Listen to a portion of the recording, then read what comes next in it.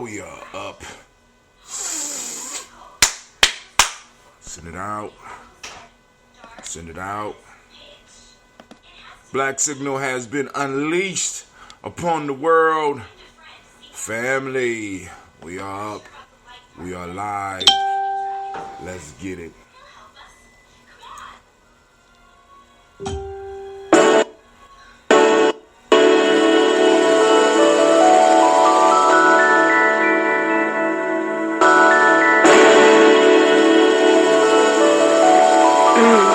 Mr. Diddy.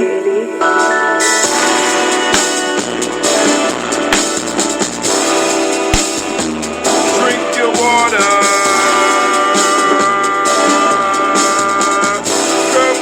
Come on, drink your water, but first, take your breath and drink some water. Take your breath and drink some water.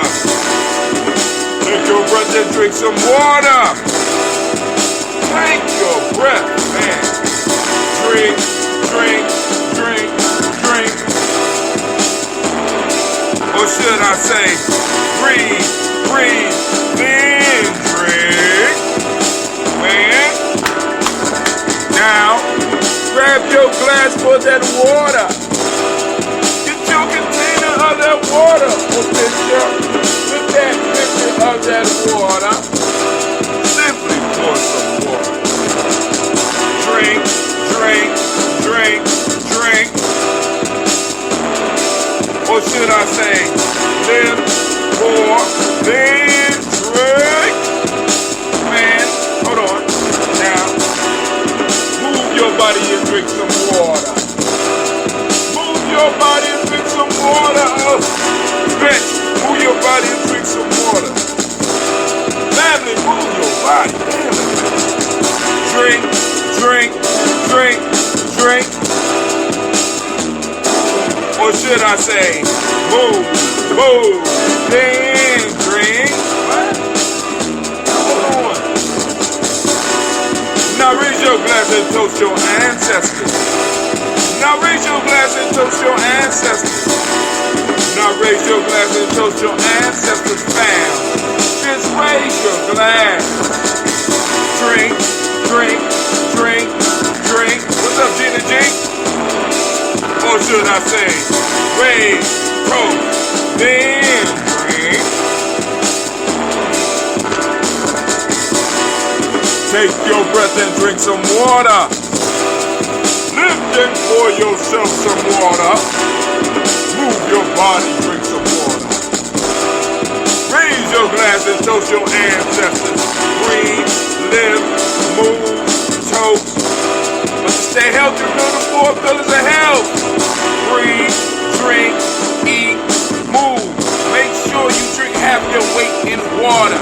But hey, take your breath. Lift and pour. Move your body. Toast your ancestors. Break down. Drink up. Whoever's on the line, please turn down your music. I know who it is already. Drink, drink, drink, drink. Turn down your background, Gina G.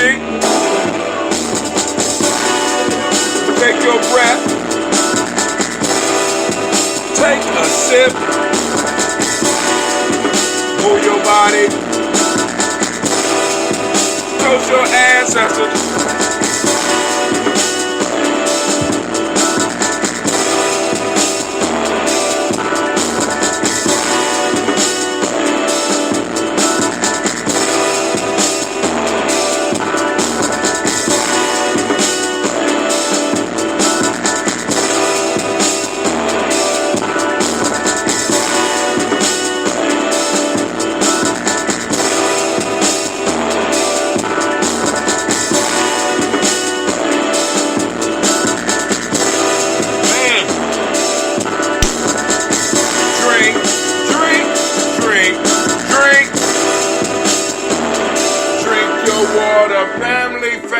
Family, great morning. My fault. Great afternoon. We are in the afternoon period right now. Gina, you need to turn down your, here, I take care of it. Don't worry about it. I'll mute your mic. All right. Shouts out to Brother Tim Williams. I see you out there. But, well, my fault. It ain't Gina. Whoever is out there, please, please, if you on the line, turn down your background so that we could go on, do our toast, and have our conversation. The conversation for the day. Sasha.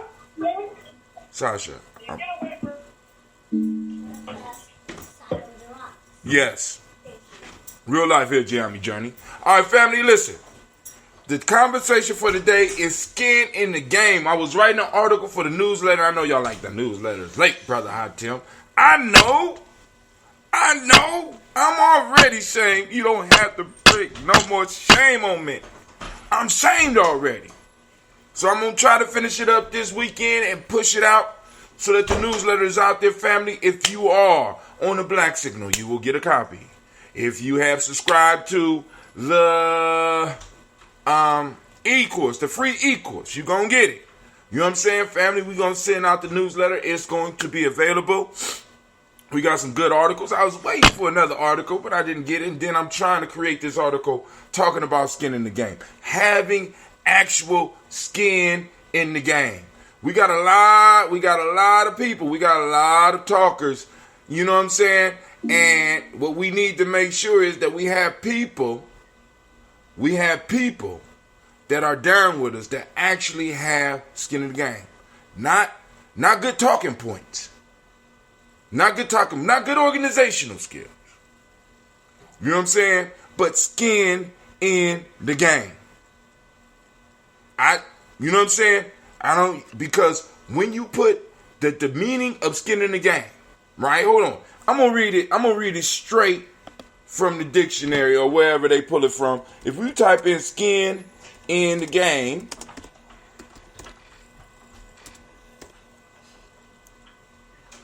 Sasha, why is the door locked and you outside? Real life here, Gye-Nyame Journey. To have skin in the game is to have incurred risks, monetary or otherwise, by being involved in achieving a goal. In the phrase, skin is the synecdoche for the person involved, and game is the metaphor for action on the field of play under discussion. Do you have skin in the game? And let me tell you how you know if you have skin in the game. If you are involved in a venture, and that venture was to fail, you will feel a severe pain. Whether that pain was economic, the pain is real. It takes a chunk out of your life. Now, a lot of us, we have emotional skin in the game. I feel a certain type of way. But emotions, you get them hurt. And in a lot of cases, you keep on moving. We got a little bit of emotional skin in the game. But when it comes to the financial and the time equity and shit like that, we don't have that. And in order for us to be successful at anything, we have to be invested in it. And I'm not just talking, you know what I'm saying? It's a multi-layered thing, right? Sasha, Cleveland, come help this girl. You shouldn't be trying to, oh my God, it's real life here, Gye-Nyame Journey. My little daughter went outside, locked her damn self outside. Oh my God. And cut that fan off. I know what you're talking about. Go ahead, bro. Thank you for saving me. Go ahead. So let me say, man. Don't touch my key. Let me say, you know, after... You better shut up. After 16 years... After 16 years of bumping my head and moving through the judicial system, pro se, I'm going to tell you something. I'm not saying that I got skin in the game, but from my position, I see how the system works. I see how it doesn't work. I see how it's incentivized, and I see how it's motivated. Does that make sense so far? Yeah, go ahead. We listening. You ain't got to make sense on the journey. You just got to make it. But go ahead. So the thing is that you was there. You know, I'd write these really eloquent motions, teardropping motions, and they had a way to cut beyond the emotional aspect of it, even the moral aspect of it, and understand that at the end of the day, they're just trying to cookie cut my case into how do we make money from it. Oh. Now, they already know the answer. So it's just a thing that they're playing to keep me on edge. And after 16 years, I see how the levels work. You know, I've spent so much time in this lower trial court that because they wanted to keep it there, that when it was time to appeal, it changed the game because it changed the people involved. It changed the players, and it changed the rules slightly. Because what happens in trial court don't happen in appeals court. And in appeals court, even I would have to say, and I might be wrong, but in my experience and looking for somebody to represent me in appeals court, I'd say like 40% of those who would represent you in trial court won't do an appeals case. It's a whole different game. And then especially when you move into the Supreme Court levels, it's a totally different game. Totally different players, totally different stakes. So when I look at something as simple as an eviction process, going from trial court into appeals court, there's certain things that I realize that the next man may not. That the landlord that might be filing these types of things, see, this is the thing, is that usually when people get a 3-day notice on their door or an eviction notice on their door, black folk or anybody, it ain't even a black thing. If you're inexperienced in the realm and you get this letter, you're like, oh man, we gotta go. First things first, we gotta go. We gotta seek a new refuge. And I've been in the situation, and the thing is that, okay, in my perspective, let them file this thing, and I'll simply just let it play out however it's going to play out in trial court and immediately move to appeals court. Why? Because I know at the end of the day, if we're talking about a lesser of a $9,000 lease, it's going to cost this man at least $10,000 to retain a lawyer that's going to see him out in an appeals court. So I already know that this individual has more to lose than I do just by attempting to oppose me in the court of law. Now, wait, I got a question, Shaka. And at the end of it. Hold on. See, this is why I had to get out of real estate. Smart niggas like you. Listen, so you saying you saying that you would refuse to pay a man's rent or a woman's rent and would rather have them lose the property than just move out. Rather than, because when you sign a lease, you kind of sign an agreement that you are supposed to do something. Right? Exactly. So if you don't pay the rent, and let me explain. Please explain that. I know you're getting that. Right. And let me just justify this.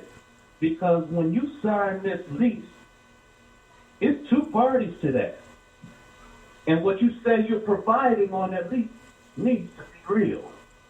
Because if you write this thing on a lease, this is like me, telling you, all right, I'm a rent you this space, and X, Y, and Z is available to you.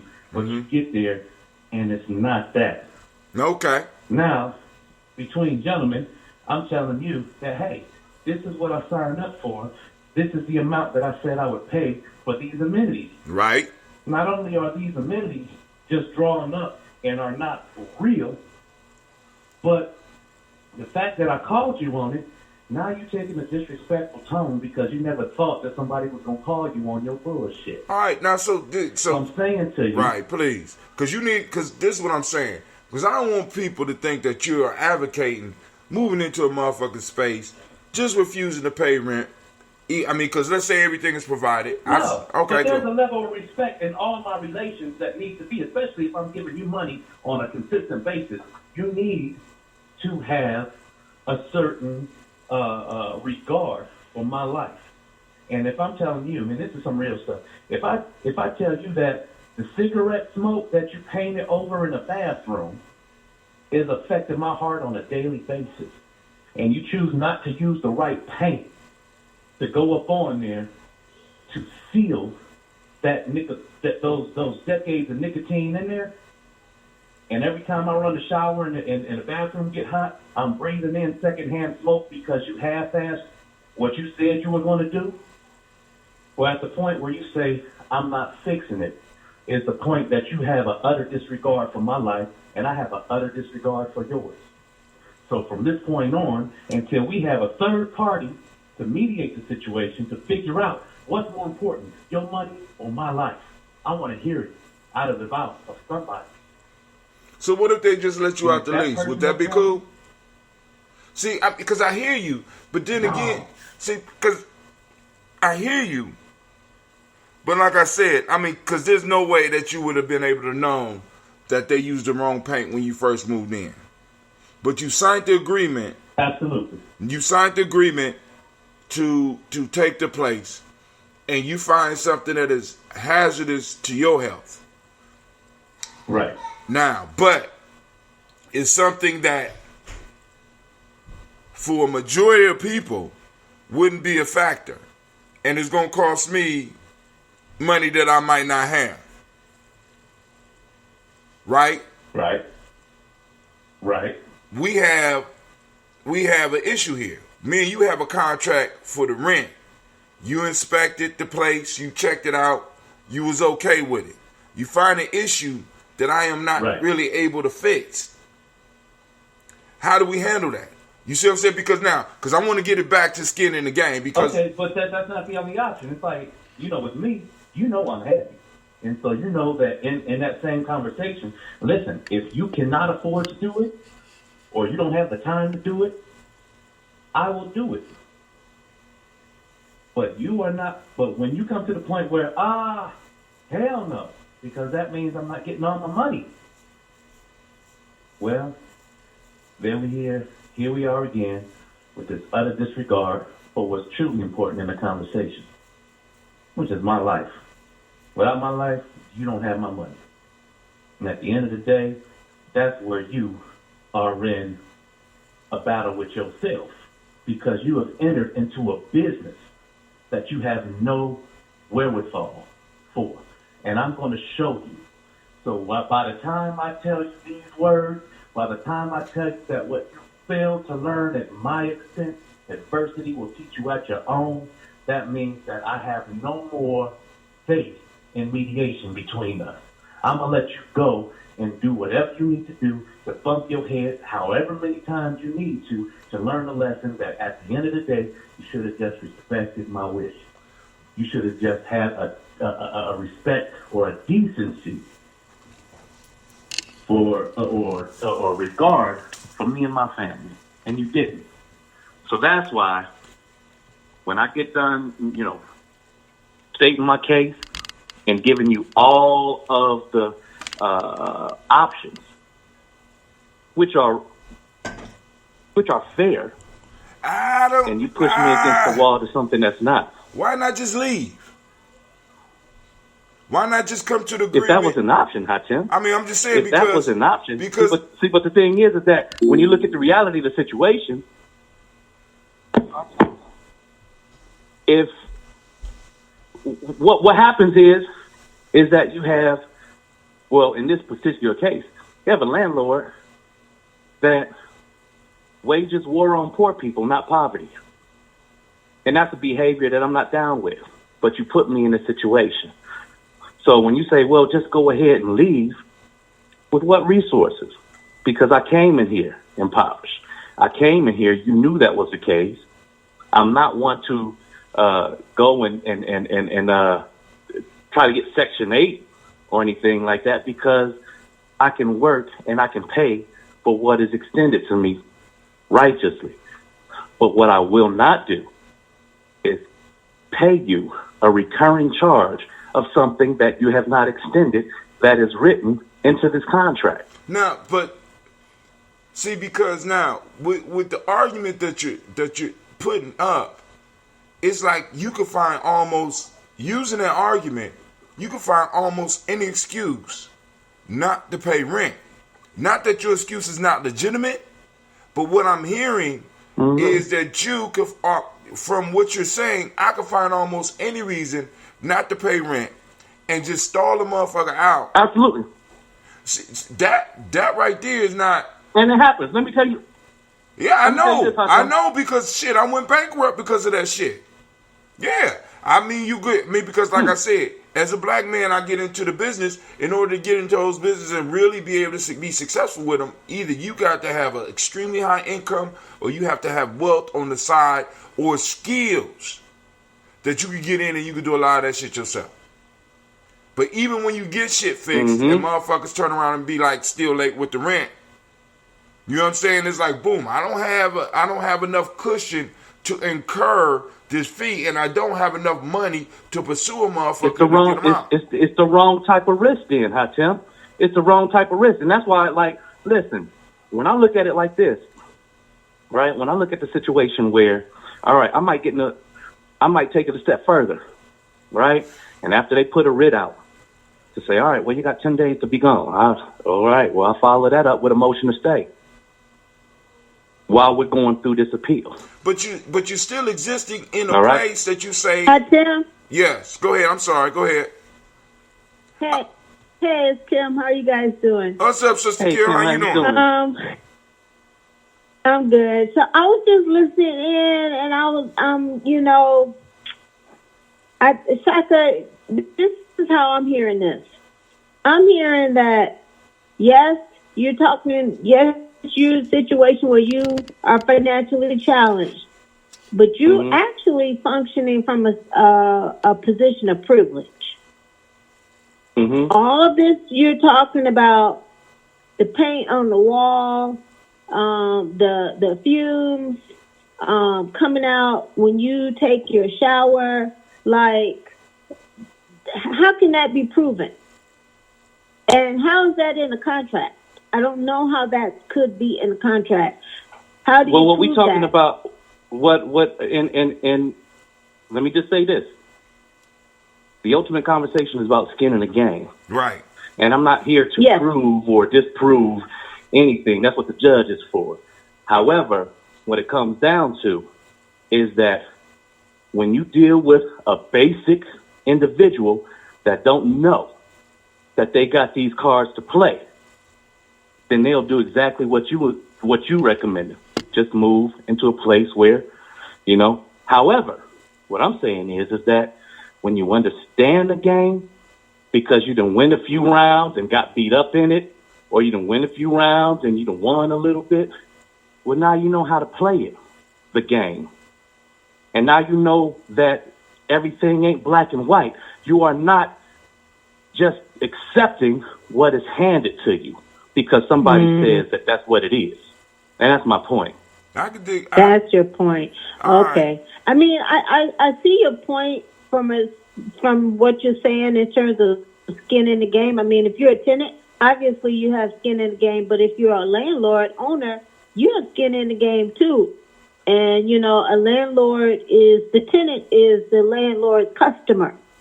And you want to keep your customer happy.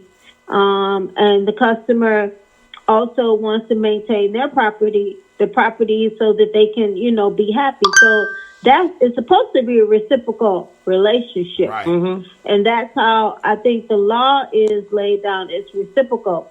But what I'm saying is that reciprocal relationship is a privileged position because in many places, owners, it's not reciprocal. You're not on the same playing field as owner. Owner is way above, and they can dictate things to you. Even in the United believe me, States, Cleveland Heights, where I live at, that's exactly what it is. That's exactly what it is. That's exactly what it is. In Cleveland Heights, when you go to the judge that I would go to for that type of case, the judge 100% of the time favors the landlord because the landlord has made the investment. Yes. Right? But Yes. when you go into the 8th District Court of Appeals in Ohio, well, we ain't talking no suburban language no more. We talking real life Cleveland. And when you step into that, the whole thing changes. And that's why you can go into this suburb and go in there with a half-assed lawyer and everything is just going to pan out the way it's going to pan out because it was determined before they even set the date on it. Oh, yeah, because everything is leaning towards the owner. Right. The owner and so here's the piece, is that when I took that owner to court and I was pro se, Cleveland, and the judge who already had determined that he was going to go in favor of the landlord, asked me to cross-examine the witness, and I asked the landlord, can you justify an $80 gas bill after 2 weeks of residence in the mid of June in a space, you understand? And he said, no, I cannot. And you say, do you recall the picture of the refrigerator that doesn't close at the beginning of the lease that I shot you in the email? And he says, yes, I do remember that. Do you know the risk of overworking a refrigerator, the shock risk, the fire risk of overworking a refrigerator that does not close and is constantly trying to cool the entire house because you have a faulty door? Do you understand the risk that plays to my family? No. Okay, so this is where you are in over your head because it is my family, my life, my everything that I'm protecting, and that's what you have an utter disregard for. But now, if this court determines that they share that regard, what's that? Why don't you go get your own refrigerator? Oh, that's a real simple question, but I already answered that. I'm asking in one word, indigency. Because the now I'm coming from a standpoint of not only is it indigency, but listen what I'm saying, Hatem. But it's written in the lease. All right, now so cool. Then the owner has to fix the refrigerator and provide a new one. If that's in the lease, you are right. See, this is why I go into places and either, like I said, I go and get my own utilities or I make sure the utilities are straight. I hear you. See, but understand where I'm hearing it from. Because you know how the system works. Hey, if you want to go get a flat screen from something simple, if you went to go get a flat screen TV from Walmart and you told them the model number and everything and you got that, right? And you paid the right amount, not no sales price. This is what you wanted. This is what you paid for it. And you took it home and found out that the remote that was supposed to come with it did not come with it because it was a refurbished piece. What's your next move? Oh, I'm going back to the store. I'm gonna get mine. They're gonna replace. That's what I'm doing. I'm going back to the store, Hatem. I'm going back to the store owner. So what you wrote in this contract is not real, and my money, which is real, we need to renegotiate something because I'm not paying you this overall price for half of what I signed up for. I hear you. Now bring it back around to skin in the game, man. Come on now, skin in the game. That's skin in the game, Hatem. All right, no, that's kind of like I hear you. All right, cool. So you making sure that you get as a renter, you making sure that you get everything out of the relationship that you are supposed to extract. Everything that's coming to you, you are pulling out. But all right, so now once you got everything, because my concern, because what I'm hearing is that, and please don't get it wrong.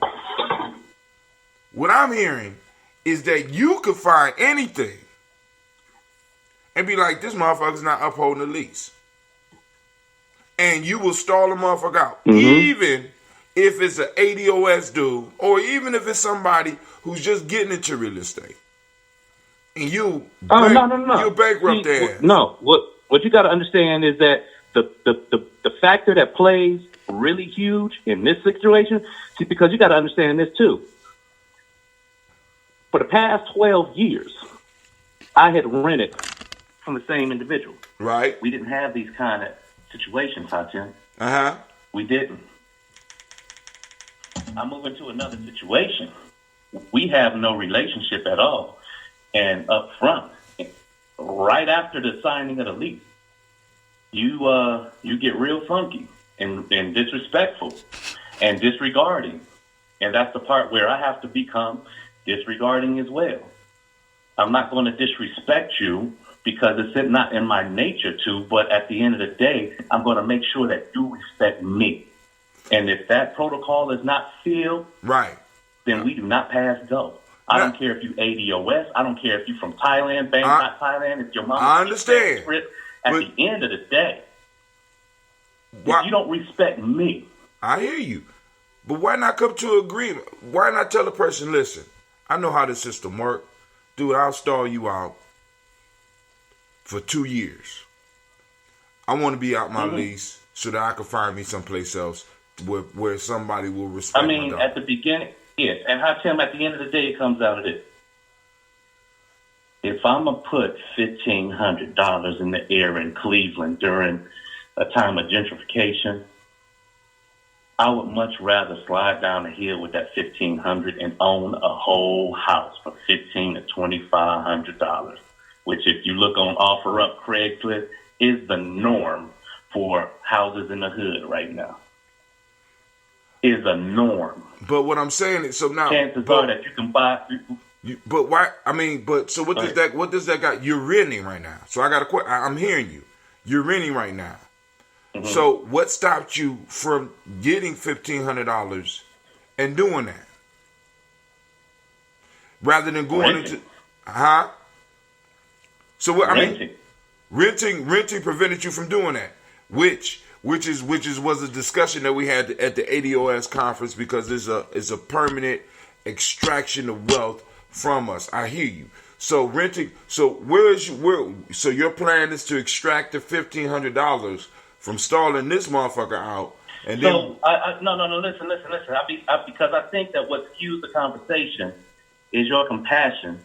Yeah, I'm very compassionate. And your empathy. And my empathy. To the landlord. And okay, so right now, I got to say, let's stop being so sensitive about it and move into independence. This is how I do it. Okay. I'm not saying that this is how you got to do it, but at the end of the day, if I got to stall somebody for 3 months to be able to get the monies in hand, to be able to own my own land, so be it. But now this is the question.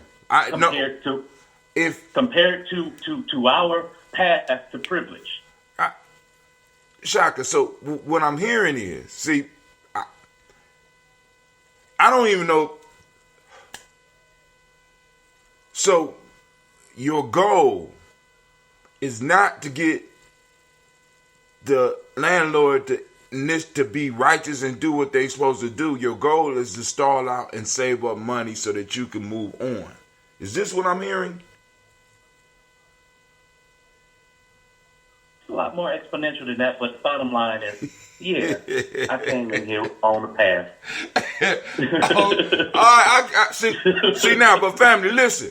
Now, an important part to understand, what Shaka is doing, Shaka is using the game to get what he wants. Now, he has substantial skin in the game. Along with, he's ripping the skin off off of somebody else too, which is something that has been happening to us for a long time. No, see, but Chuck, because the piece is, people need to hear what you're saying and understand, because now I understand. You have a strategy. And since you went into a relationship with somebody who initially is not taking care of their responsibilities with you, you are deciding that you are going to get what you need to move on. I have no problem with that. But when I'm talking about skin in the game, family, you know what I'm saying? He got some skin, but like, for example, Shaka is leveraging the amount of skin he got, and he's going to extract a little bit more so that he could be able to do something else.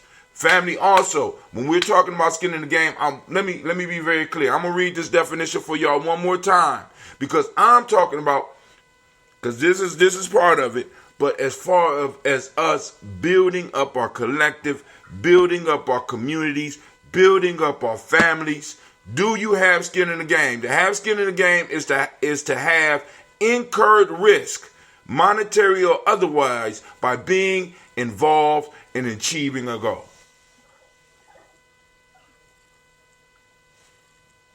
Incurred risk. What have you put up? What have you put up on the table? If what you are doing fails, how will it affect you? Will there be an out from you, or will there be a momentary pause and then you move on to the next thing? See, because what I see happening in our communities, we got a lot of, as they used to call them back in the day, grifters. I'm just going to benefit from this as much as I can, and when I can't benefit no more, I'm going to move on. And then when I can't benefit from this no more, I'm going to move on. And there's no attachment. There is no skin in the game. You know what I'm saying? It's sort of like being a stock market person, and you are telling people about this incredible stock offer. But yet and still, it's so incredible, you don't have any money invested in it. You know what I'm saying? It's like telling people about a movement that's incredible, but yet you haven't spent absolutely no time nor invested in any form of fashion in this movement. And that's the thing too, Tim, is that when people listen, sometimes movements take a shape where all they see is you getting knocked in the head. Like, you look at the same path that I just told you about. 16 years of rocking pro se in man's court, right? You've been there in court with me when I just get knocked in the head a little bit, and they do it in such a way that you don't know what happened until sometime after it happened. Right. Just a little bit of time. Right? Just a little bit of time. I feel you. Yeah, that's how that's how the system works. Right. Go ahead.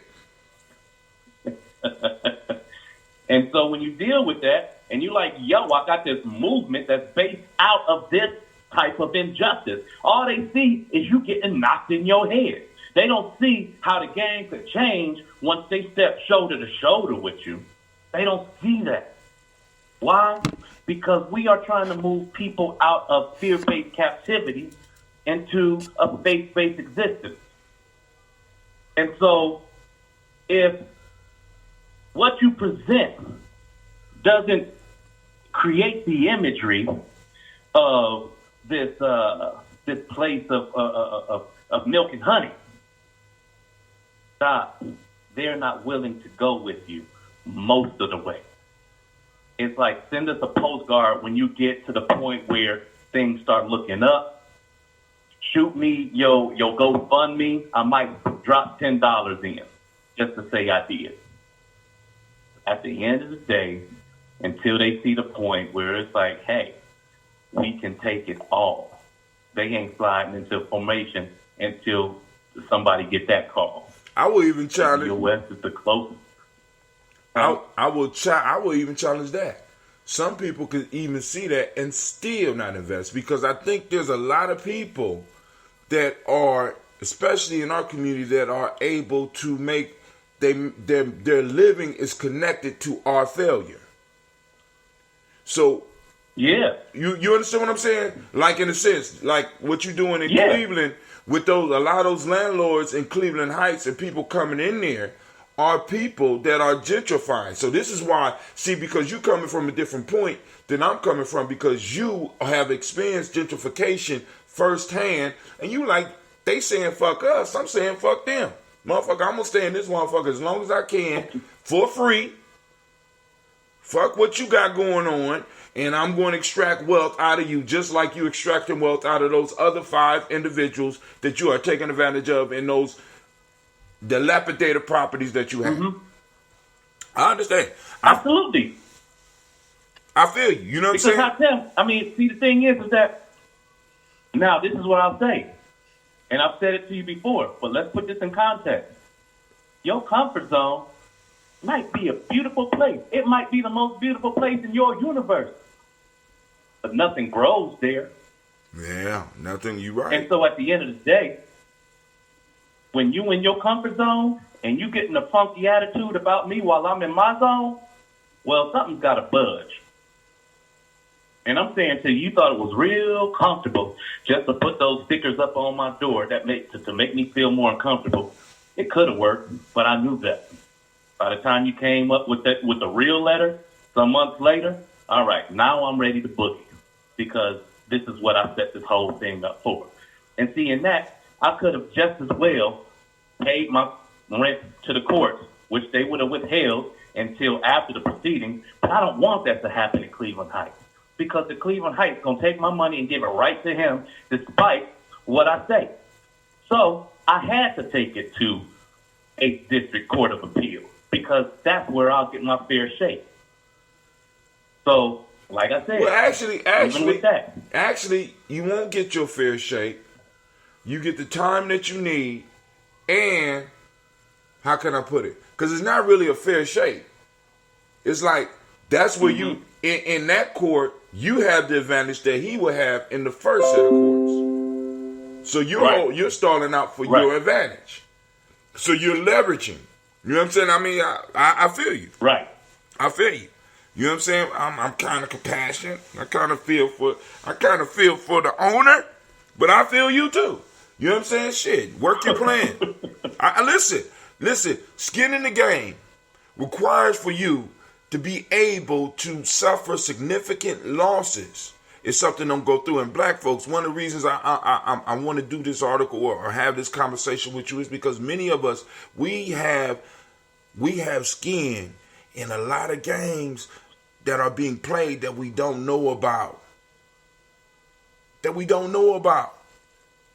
And we're just sitting on the sidelines because we don't even know that people are using our skin. They're leveraging all the little pieces that they're taking from us, and they have it in the game. And soon as the game plays out, the skin is going to be extracted and we're going to be saying ouch. Listen, I want you to understand, when he's talking about gentrification in Cleveland Heights, we can see the same thing in Columbus. We think that it does not affect us because many of us are sitting in somewhat comfortable situations. But as he says, in a comfortable situation, nothing grows. See, and a lot of us, we want to be in these comfort zones, not realizing that freedom has never been comfortable. Freedom doesn't mean that you are able to sleep in all day. That's not freedom. That's not freedom. You understand what I'm saying? We have to really start redefining stuff and really start looking at it and seeing where we have skin in the game and really get active because we are going to feel the pain whether or not we are playing the game. When these people, when Antonio Moore and them pulled these numbers together and said that our wealth level will be at 0 by 2053 and our median wealth level right now is at $1,700, I was bothered. This means that a significant amount of people that look like me may be at 0 right now, amount of wealth. Shaka is saying in Cleveland Heights right now, you could buy you a place for $1,700 and fix it up. How many? Not in Cleveland Heights. Down the hill in East Cleveland. Oh, down the hill in East Cleveland. You know what I'm saying? And let me say this though, there are entitled individuals who can pull $1,500 to $5,000 properties out of thin air in Cleveland Heights. But what does that take? It takes for them to have some skin in the game and a relationship with the Cuyahoga Land Bank. Because here's what happened, Tatim. There was a house across the street from me on Goodnor Avenue a couple of years ago. Single-family home, just like the one I'm moving into. Okay? 3 bedrooms, that's all I needed. It was on a land bank, and it was scheduled for demo. When you find a land bank property that is scheduled for demo, you can throw in your bid. You can throw in a bid of $5,000, and if nobody else wants it, that house is yours, as long as you can prove that you have a comprehensive financial plan to renovate it, right? And that's where the problem ensues for most of us. Because it might be some folks listening that'll go on the Cleveland Land Bank list and look for everything that's scheduled for demo. As long as it's scheduled and not contracted, you can still get it. If it's contracted, that means that somebody is already being paid to demo it. If it's scheduled, that means that there's been no contract yet. Anything that is scheduled for demo, you can go on there, put your bid in, and you got it for $5,000. If you acquire it into a 501(c), you can have all the taxes wiped off of it. All right? This is the game right now. So those who got little money, like the little money I was looking for last year for that church, that's exactly what I was into. But I did not have the individual capital to pull it together myself. And so now... Shaka, I'm sorry, guys. I had to let go for a second. My daughter called me from the United States, so of course I had to take that call. But so you said you were trying to get a church last year, but the deal fell through? Yes. Money. Well, it was money. Yes. It all came down to money. Well, it came down to loyalties and it came down to money. Last year, I won on a private auction a church that had 4 parcels, and it was 75% of an acre. Actually, 75% of that city block. Oh, wow. And when it came down to me paying the 10%, I went to my close folks that I knew would have it, and I would say 70% of them went around my back to try to see if they paid the money, if they could get the deed in their name. And so when the Jewish auctioneer saw this behavior, he said, well, this guy ain't going to be able to get it. And by the time I came to the situation with the money, he had already burnt the house down so that me and my son couldn't move into it. And within the following week, that auctioneer had that site on his website for sale, not for auction. So the people who you were working with, I'm assuming they're ADOS. Little money they had, they weren't ADOS. No. The investors. Mm-hmm. Oh. They were not ADOS. Yes. I'm saying you're right. I mean, they might not have been in the consciousness of the organization, but yes, they were ADOS. But so the little money they had to invest in it, they wanted to be guaranteed a return, which is have their name on the deed. They didn't trust that putting their money together, and they would get something out of it. Got it.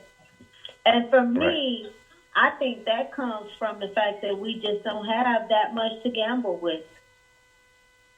Yeah.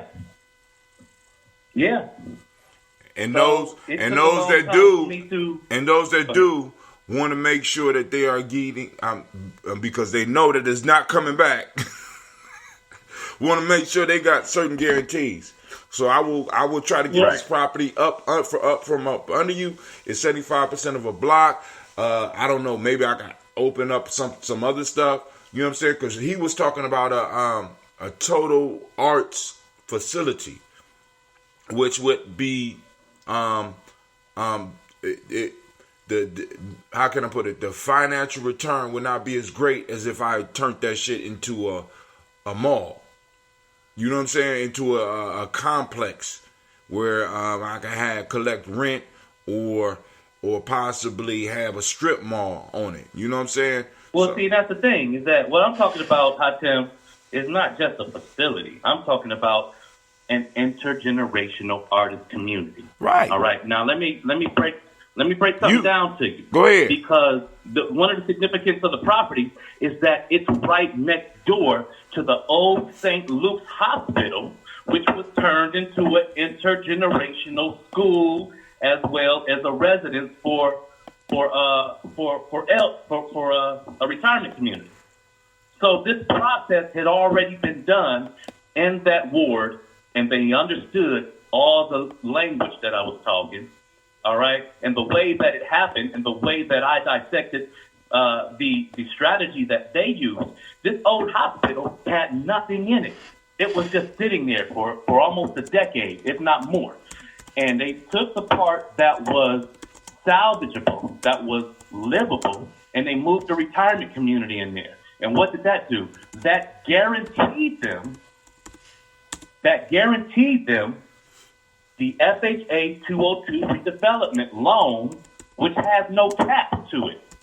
So now they can build it up into whatever they need to, whether they're making money or not. At the end of the day, they have an intergenerational school, which has rave reviews. If you look at the educational process, all of that is right there. They've already situated a whole different behavior on the campus of this old St. Luke's Hospital. Right next door to it and across the street is a church, the Hungarian church, that's been owned by the Hungarians for over 100 years and was on auction to be sold to someone outside of the Hungarian community. And that was me. And so when we look at the job and the benefit for us as a people to have a territory with a distinct behavior that's producing an economic life for those residents there and the surrounding community, because on the other side of that church is a whole HUD development. The next 2 blocks is just HUD.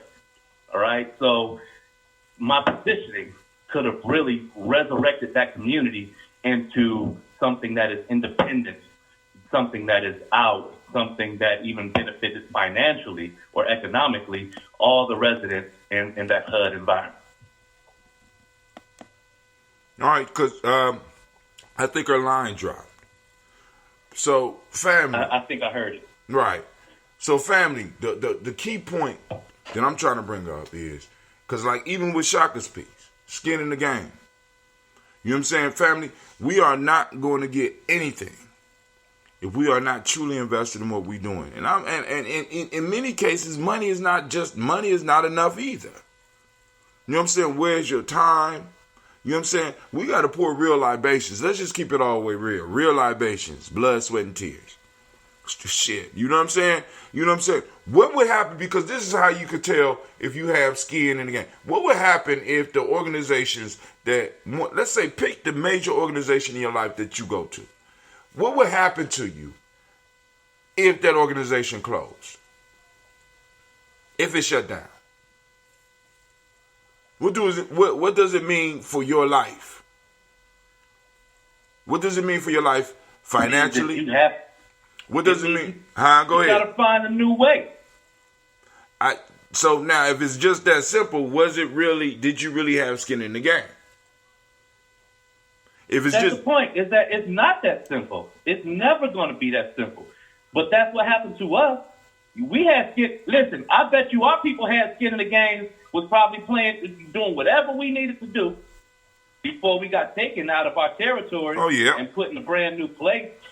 Even here. And so whatever skin in the game. But now what I'm saying is it was big enough to where it wasn't just like you could jump right back in and just do it again. It was at such a loss that it took time for you to rebound. You know what I'm saying? If you could turn around and rebuild something right away, the question that has to be asked is, damn, you know what I'm saying? Right. You know, it's sort of like being in a relationship. Wait, it's sort of like hold on. It's sort of like being in a relationship for 5 years with somebody, and y'all break up, and the next week that person is with somebody else. You're like, well, goddamn. I guess what we was doing was you wasn't really invested in. You know what I'm saying? You already in love with another motherfucker right now.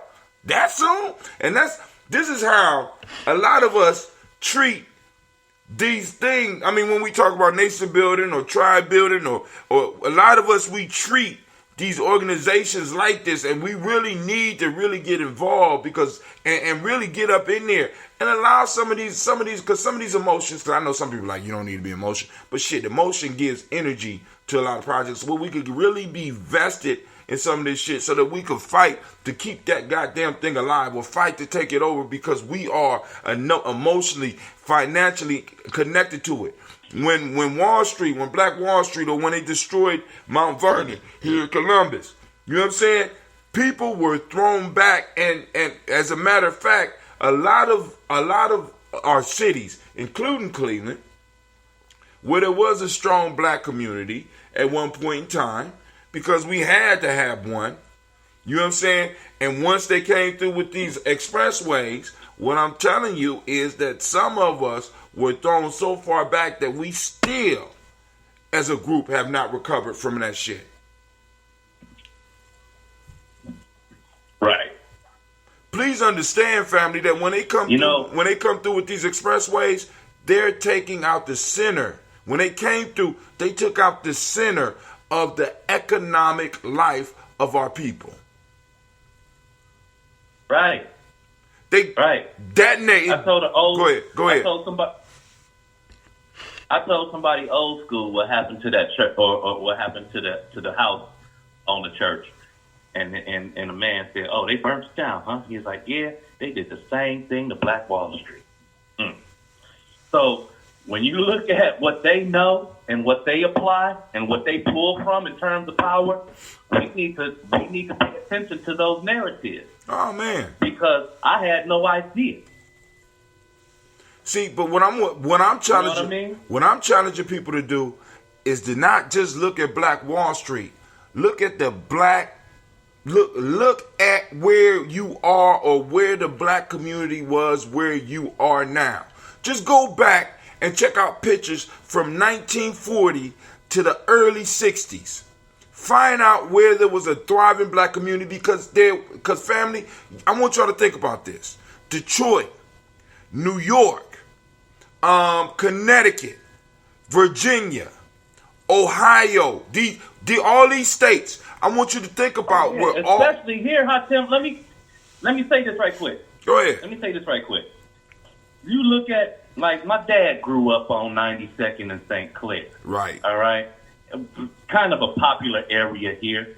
But you look at the difference between 92nd and St. Clair back then and 92nd and St. Clair today. You look at any city in Ohio and you apply this what they call a rule of thumb. If you get rid of the corner property, if you demo the corner property, that whole block becomes impoverished. Because what happens is nature takes care of the rest. If you nullify the corner property, burn it down, demolition it, what happens is that all the trash of the entire neighborhood, the wind blows it right into that space.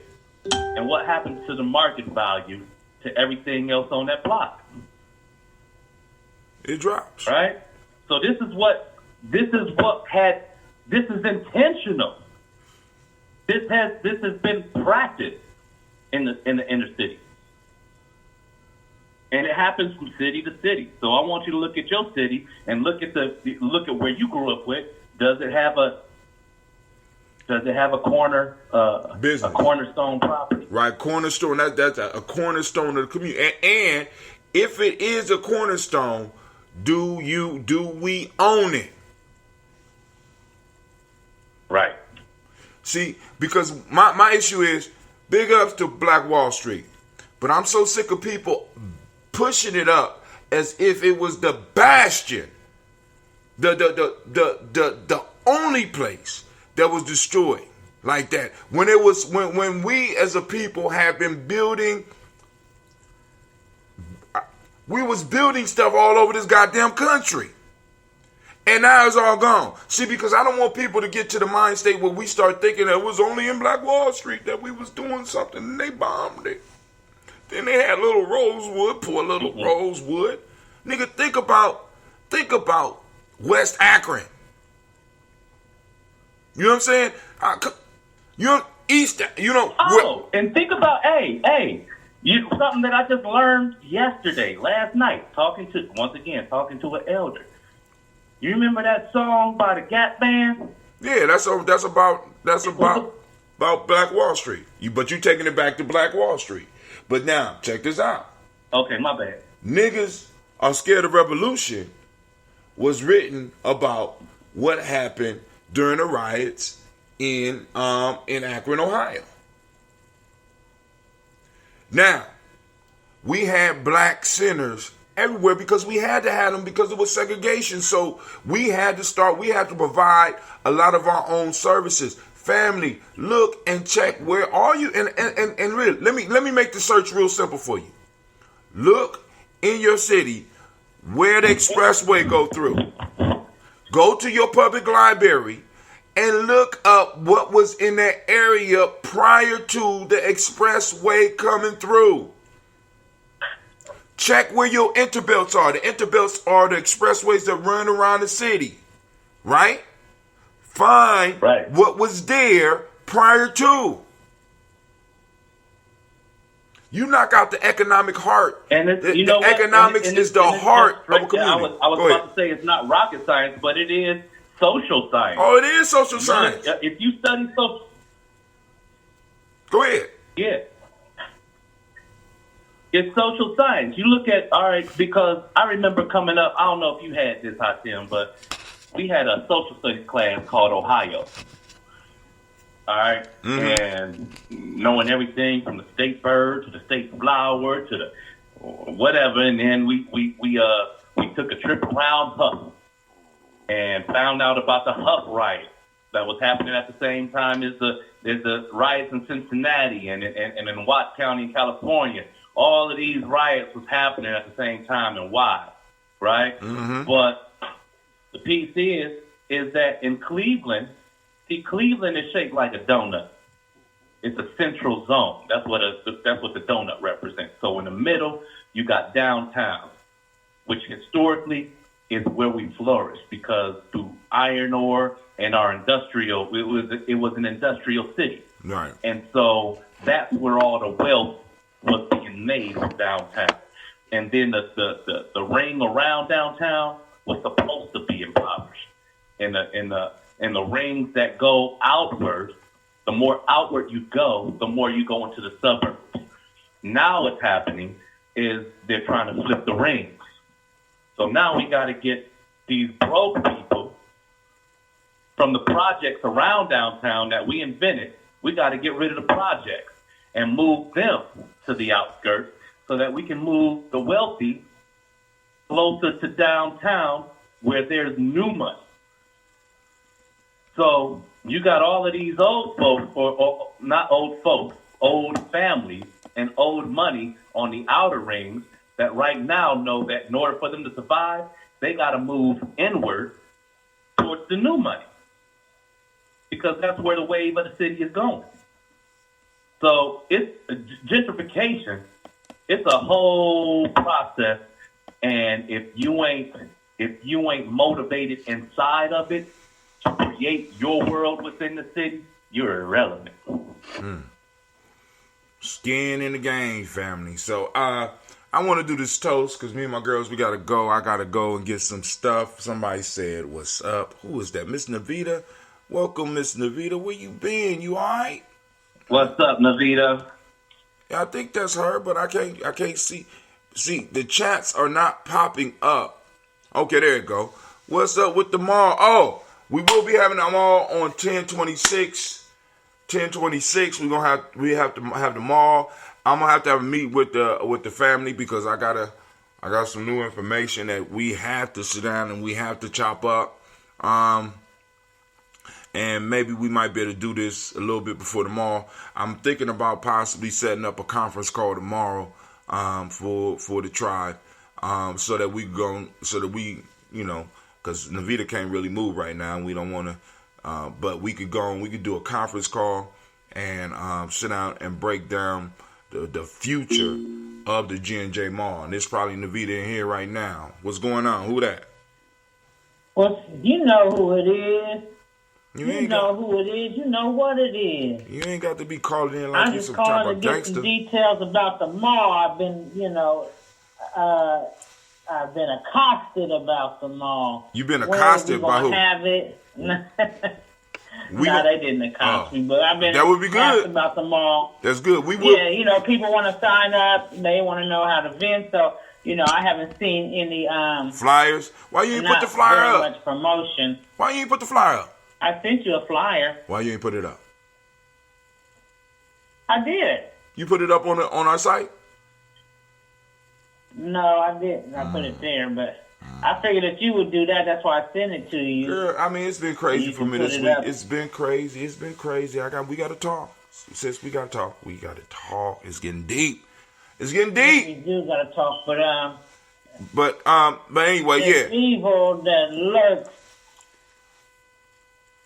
You said who? But real quick, I would like to say before we hang up and before you get into the toast, that Gye-Nyame, I'm thankful and I'm grateful for the Gye-Nyame movement, because Gye-Nyame is not just a organization, it's a movement, meaning that it makes progress, that we're doing things, and I'm glad to be a part of it in the direction that it's been going. There was a conversation yesterday that I wish Brother Kwame would have been there, and shout out to Brother Kwame. He's not feeling well. What? Oh, I got to get his drink. I'm going to get his drink together. To Brother Kwame. But they got into the fact that, it concerns me when I hear our people say we ain't doing nothing. I hate that shit. But go ahead. I'm sorry. And I do too. That's why I said Kwame was there. I'm like, I don't know about y'all, but we at Gye-Nyame, we doing something. Well, I don't know what y'all doing outside of here, but at Gye-Nyame, we doing something. We don't just meet and do nothing. We have made, in my opinion, and I've only been in the organization a short time, but I always see progress and movement within the organization. Always. So I don't know. And we do different programs. We do, we help with the youth. We do different things. You know what I'm saying? And like I said, they were talking about, well, we don't send no kids to college. Ain't nobody doing nothing to send no kids to college. Well, that's not the only thing that can be done out there. That's what I'm saying. With Gye-Nyame, though, I'm sending my kids to college.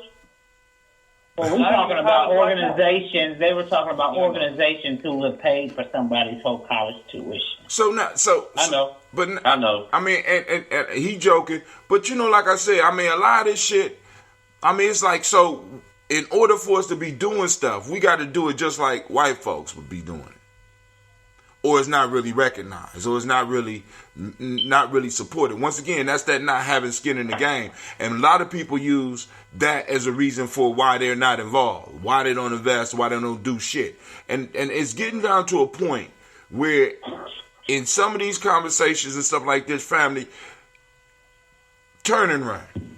When you sit at a table with a group of motherfuckers that want to meet on a weekly basis and then turn around and talk about what you're not doing, what we're not doing, then you got to look around at the group and be like, well, what the fuck we meeting for? You understand what I'm saying? It's like, yo, I'm sitting up here, right? Like, you know what I'm saying? What do you mean we not doing nothing? You don't know what the fuck I'm doing. And that comes down to my golden statement, man. You know why I don't deal with those kind of people? Because number one, those kind of people that say that y'all ain't doing or they ain't doing, they saying it behind your back. And so I'm speaking from a space of an individual that's going through that, let alone an organization. All right. When people talk smack about you, 9 times out of 10, you ain't there. unless they feel they have something to gain by calling you out publicly. All right? And in that case, it's really a matter of yo in the game. But when it comes to random people sitting on their hands and speculating, saying that y'all ain't doing nothing, I'm sitting here watching, at the end of the day, yo, I'm the one that get paid for entertaining. You know what I mean? I don't care if I got my horn out and I walk into the bar. I don't care how fine you is, and you like, I love a man with a horn. Play that shit for me. At the end of the day, are you paying me? What? But she fine.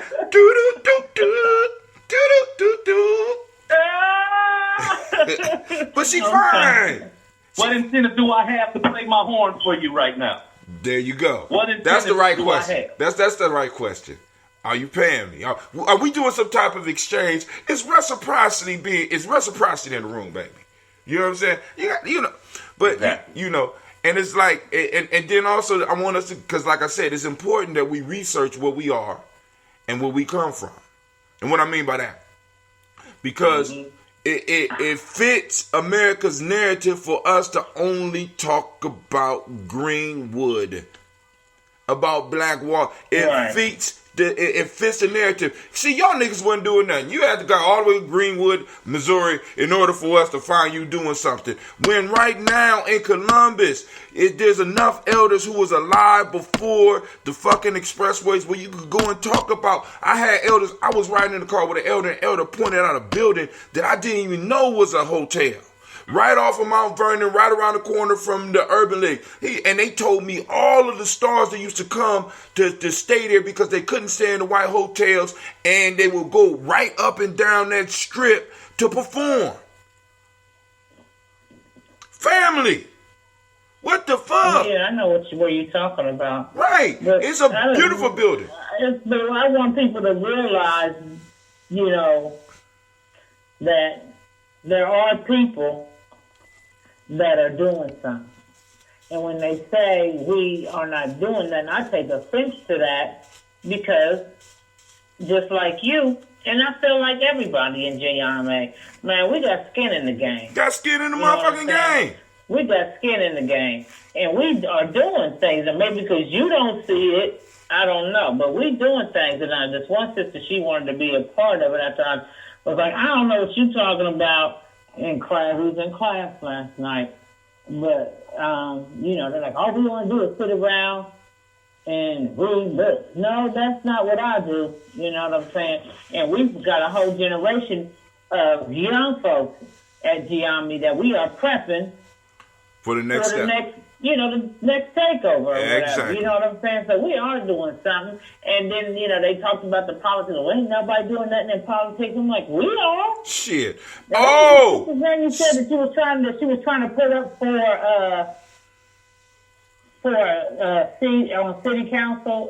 You had named her. Sister Tiandra.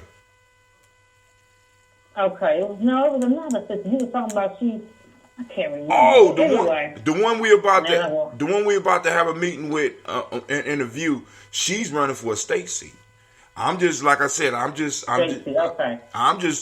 not my fault. She wants a federal seat. You know what I'm saying? So it's like, so we're trying to get ready for many levels of the game, and it's like, it's just like family. It's just we here. You know what I'm saying? And like I said, my piece is, you don't have to be part of us, but don't lump us all into this, we ain't doing shit, and then we consider doing something, sending somebody to college. When we could look at the numbers and see that in most cases, college is a fucking hustle. These motherfuckers you got kids graduating as teachers, making $50,000 to $60,000 a year with $250,000 worth of debt. What? You know what I'm saying? What we need to be fighting for, we need to be fighting for some reforms so that they could go to college like some of you motherfuckers who up here screaming we ain't do nothing. It was a time where somebody could work. Go ahead. Wait, hold on, let me finish. There was a time where someone could work part-time and pay college and go to college and pay for the shit. And I'm talking back in the days when Right. I'm talking about back in the days when the minimum wage was like $2.25. What the fuck happened? $3.35. I remember because when I was in college, minimum wage was $3.35, and I didn't finish, but I went to school for 2 years, and the only debt I had when I left college was $500. So what happened? Mm-hmm. Ain't like That's the only debt I had. Ain't like education got any better. Navita, I mean, when I hear somebody say y'all ain't doing nothing. No, they say no. No. Chaka, she said like she said it. She ain't say y'all.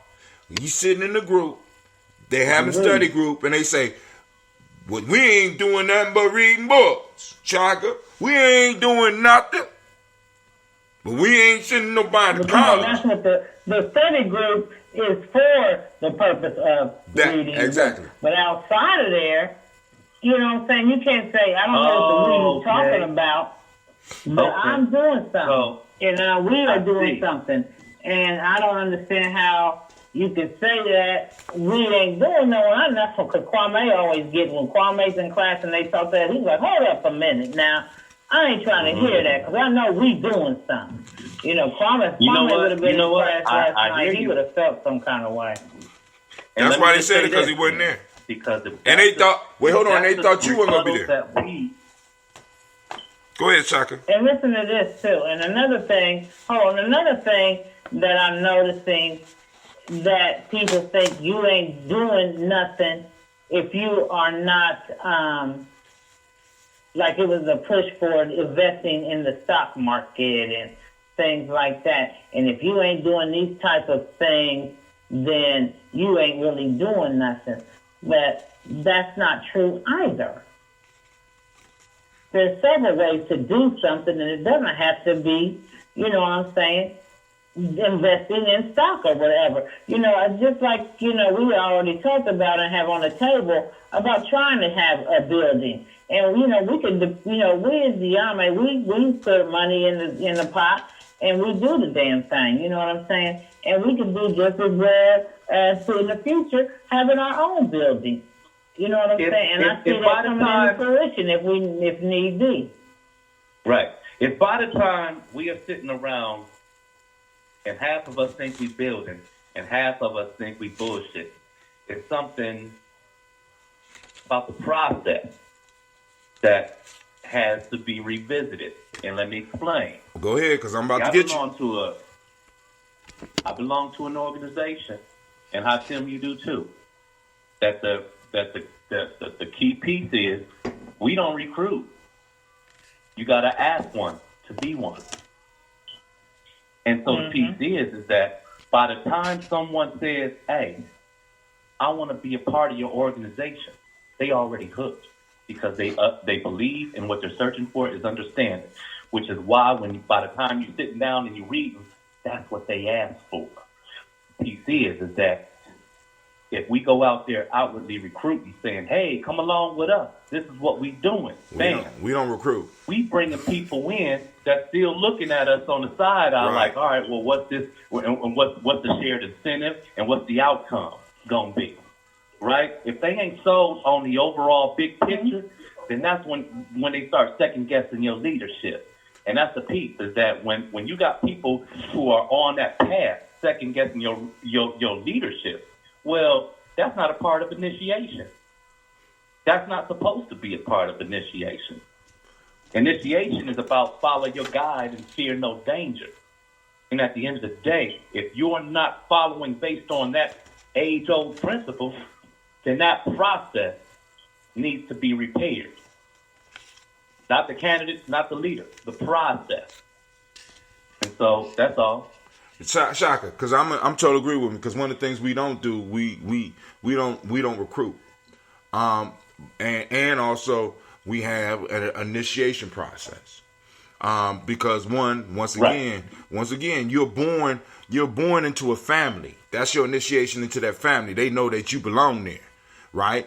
But in a sense, with our tribe, you in a sense have to come through and have to be reborn. There's certain things that you have to learn about the tribe or relearn that you was taught before. So it's like, yo, so you sitting in the room and somebody say, well, we ain't doing nothing. And actually, most of the work that needs to be done, some of us don't need to be in the conversation any goddamn way.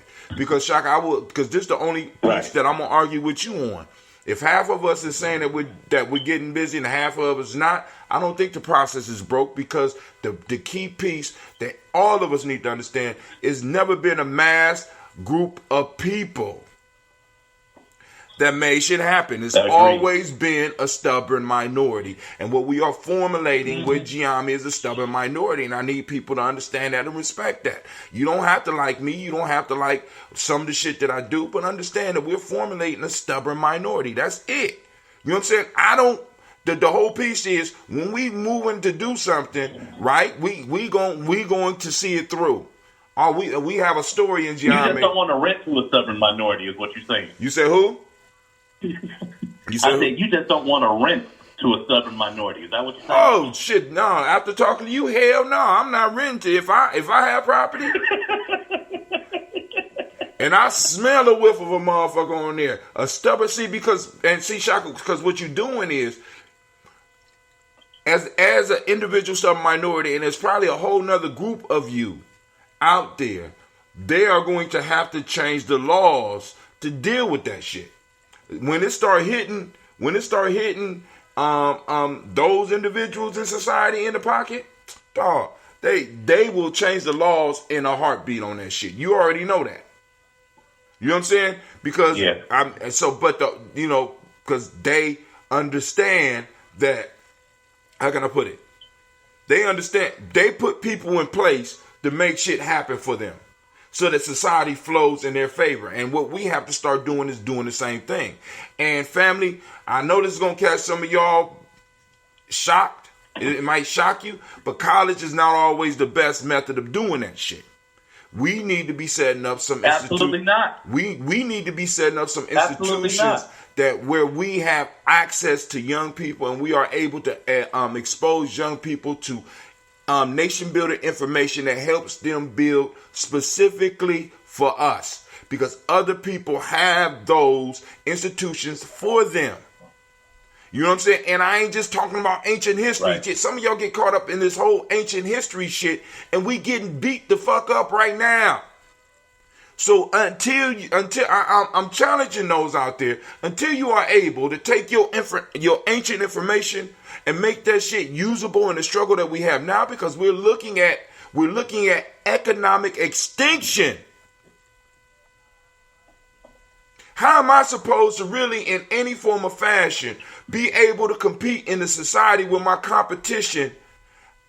I'm said at the median, my group has $1,700 without the car and all the other shit that we want to throw in there and say that, you know, if it can't be turned to quick cash, $1,700 available to me, and 50% of the population, and some of us got more, right?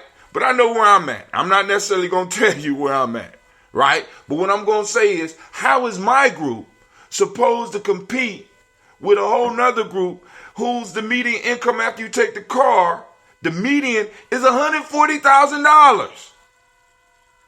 And how is that shit even possible without them having people working on behalf of their benefit, working for their benefit?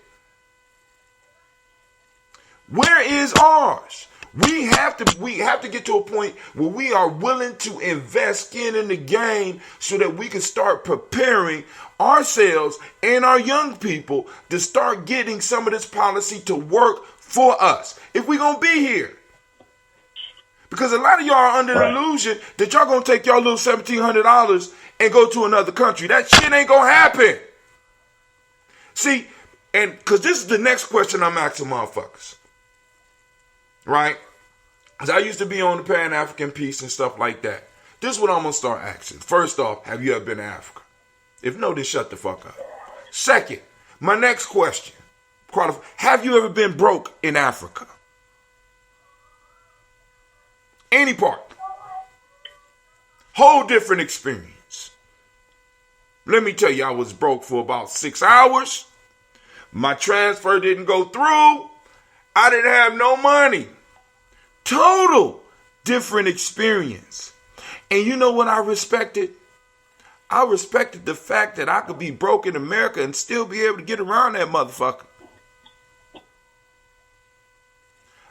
Listen, family, y'all really need to understand, because some of us, without having skin in the game, right? Because when you invest in something and you connect with something, when it's in pain, you feel the pain. If you're not in an organization like that, if you're not in a family like that, if you're not in a tribe like that, I don't know what you're doing. Either you're not invested or they're not really invested in what's going on. Sister Navita done hung up on me. Hey, and let me say this. Oh, no, that was too, Brother man. Tim. Tim, why you hang up? I didn't hang up. Brother Tim, where you going, man? He probably got to cut some hair because it is the barber's day. But go ahead. I didn't hang up. But what do you say? Shaka is gone? No, Brother Tim. No, I'm right here. I had something to say. Mind buffer. All right, go ahead. All right, so Well, now. anyway, so the movement may be slow, or whatever, but just to say that people ain't doing anything. You ain't doing nothing, Sister Navita. Y'all ain't doing nothing.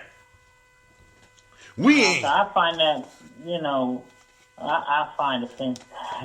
You know what I'm saying? To suggest that we just sit. Hell yeah, that can be offensive.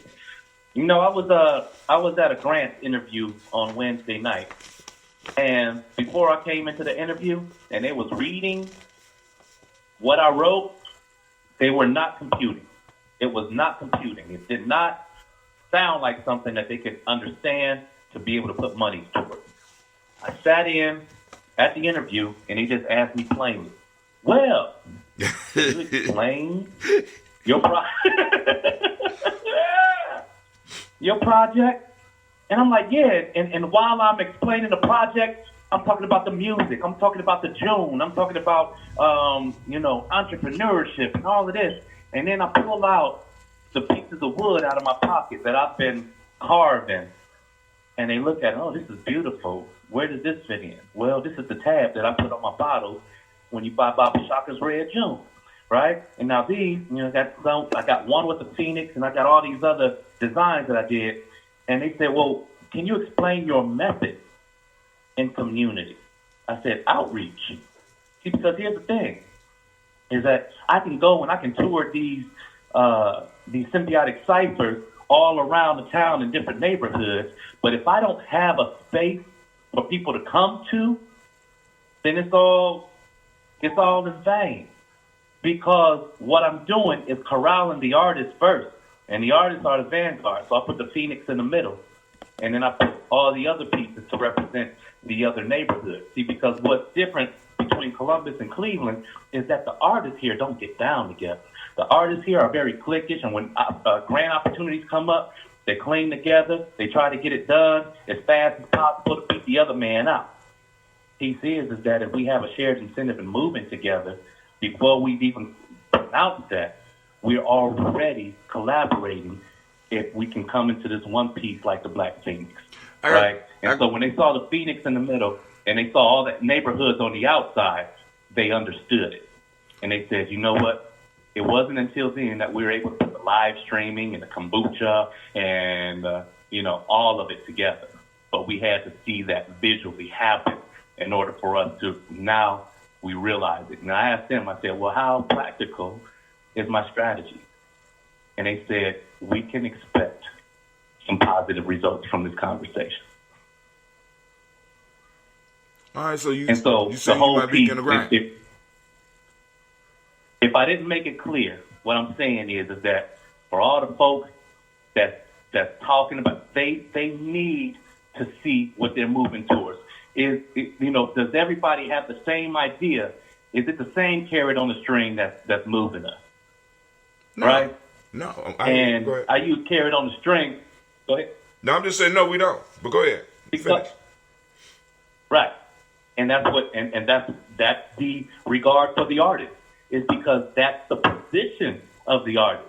It takes an artist to create the vision that moves and stimulates the people. And that's always a part of social movement in history. If it wasn't for the hieroglyphics, the movements that's moving right now would have no idea of where to.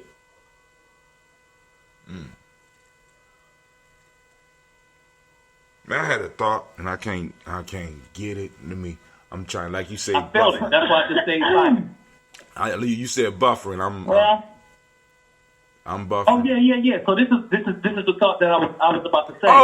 Wait, hold on. This is what I'm saying. Let me go before I get it. Before I lose it. So, what is the name of the organization? Go ahead. What is the name of the organization that you are seeking funds from? And you don't have to tell me you don't have to say it out loud. But let me say this, because those type of organizations that are able to do that, because one of the pieces that I have learned and I've been learning my whole life is those relationships. Can we get somebody in there that we have relationships with, so that when the grant comes through? Oh man, Tim, let me tell you. Because you said that just now, I got to say this. 10 years ago, when nobody really wanted to hear, because Shaka sounded like a tyrant. Shaka sounded like like I'm in the coffee shop culture in Cleveland Heights, and some people just tuned me out. There was one barista who not only did she believe in me, but she said, "Shaka, you know what?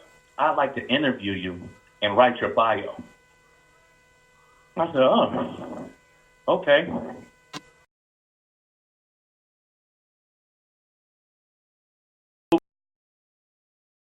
Years ago.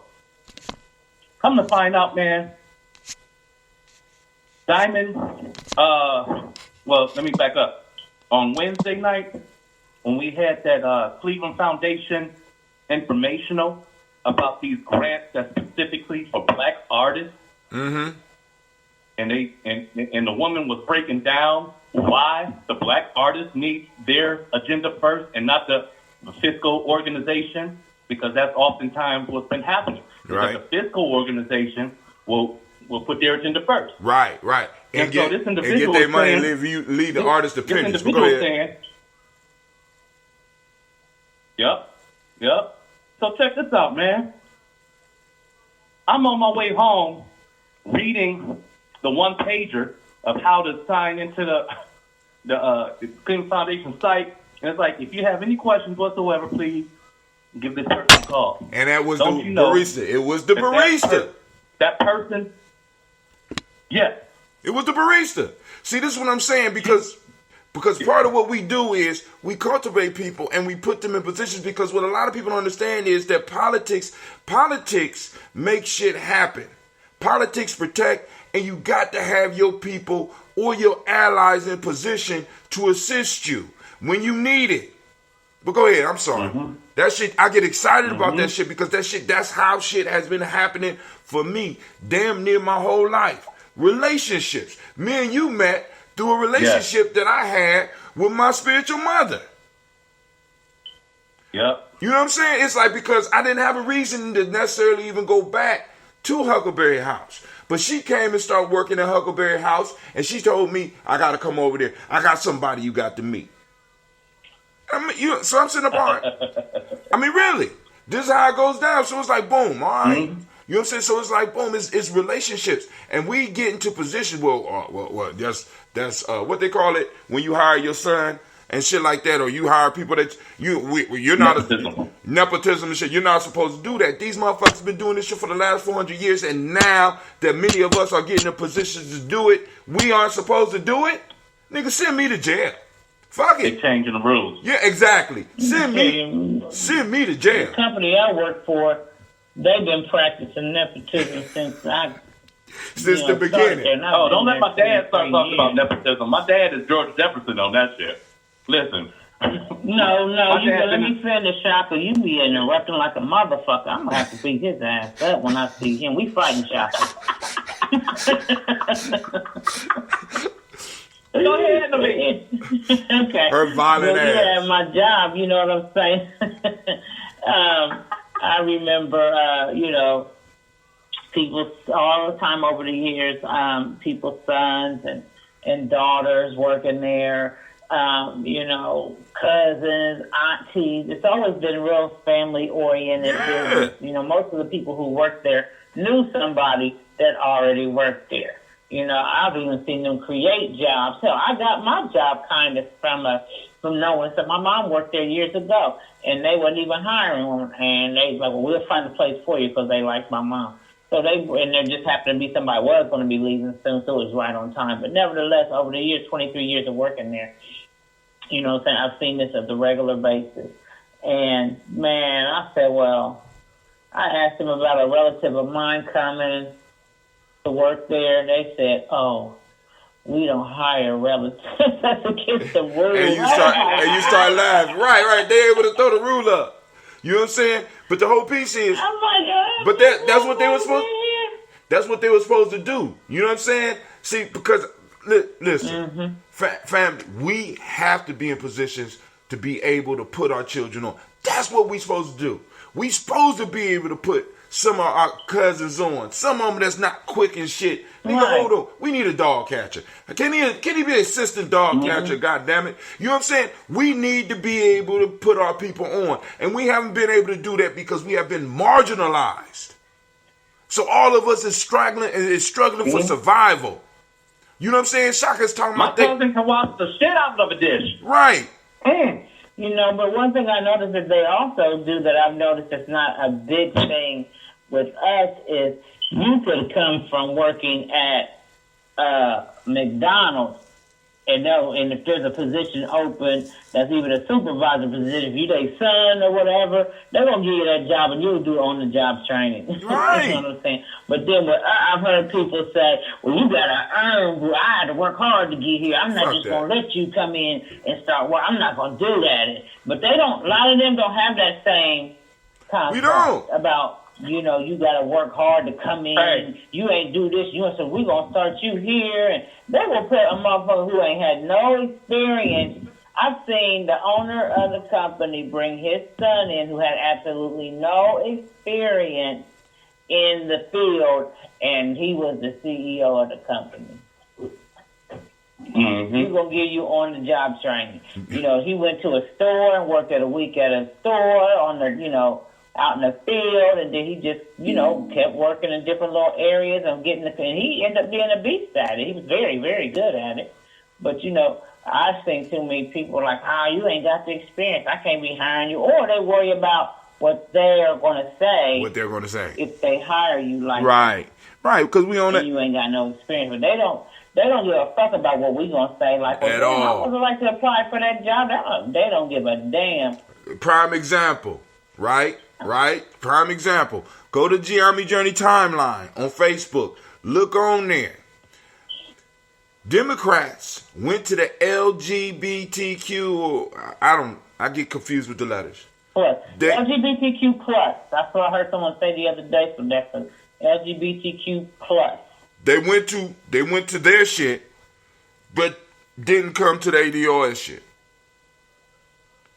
See, listen, that type of shit, if we allow that shit, it's sort of like with the Afrocentric school and them not having Kwanzaa. You know what I'm saying? You can't allow that shit to stay. You can't allow a motherfucker to spit in your face and still stand in your presence. You know what I'm saying? So don't think I'm done with the Afrocentric school shit. Don't think we done with it. You know what I'm saying? But I'm just saying, you can't have motherfuckers just as disrespectful like this, and then they want to come and ask you for something. No, fuck you.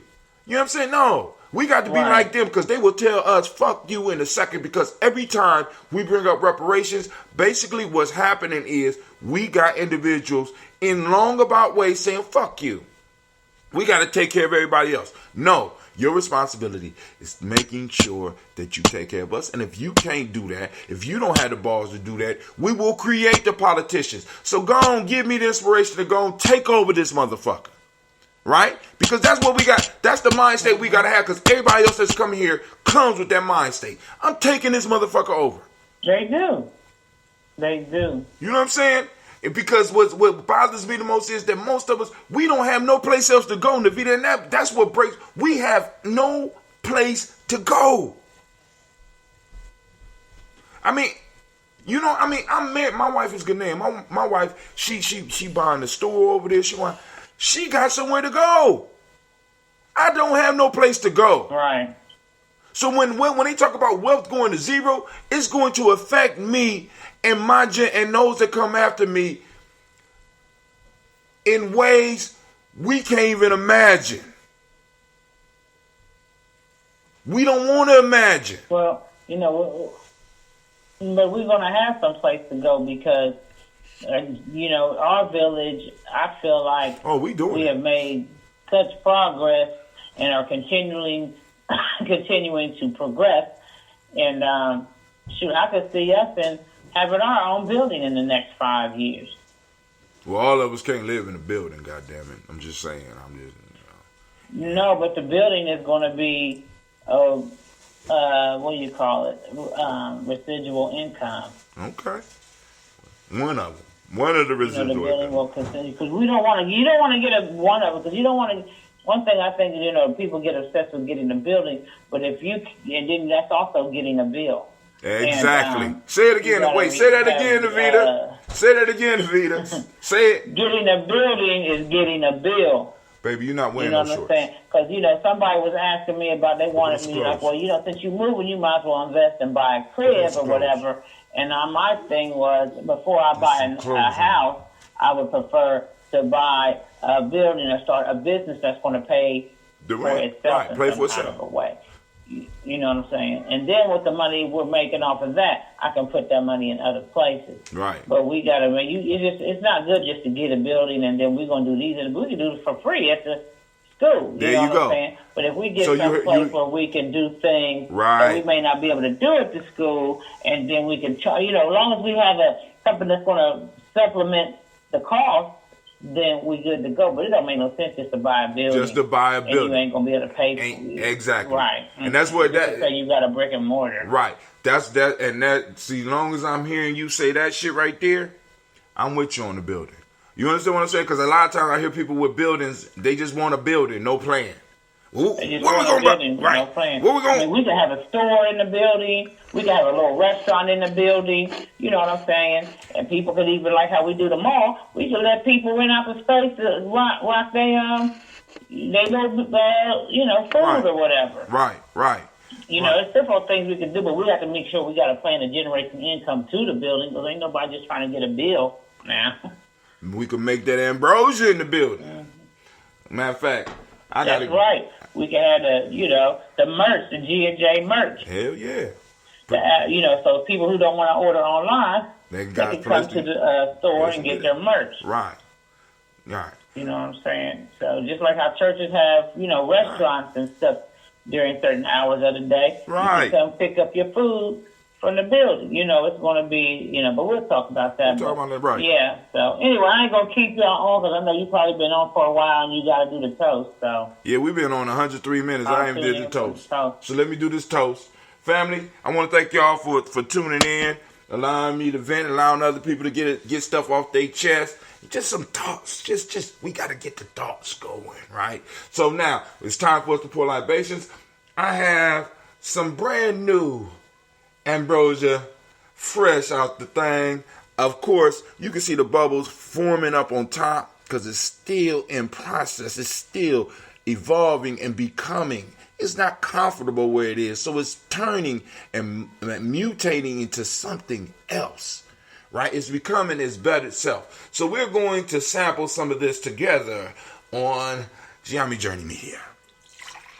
Of course, after we do the toast, I literally just took this out, and now I'm allowing it to breathe. I'm about to go out and get the rest of the products so I can fulfill the orders. I'm understanding Kwame is sick, so I'm going to be working double time on getting him his Kwame mix. Now, because I'm using cork top, yes, baby. My skin don't feel good. Is it okay if I take Your skin don't feel good. You were supposed to take a bath early this morning.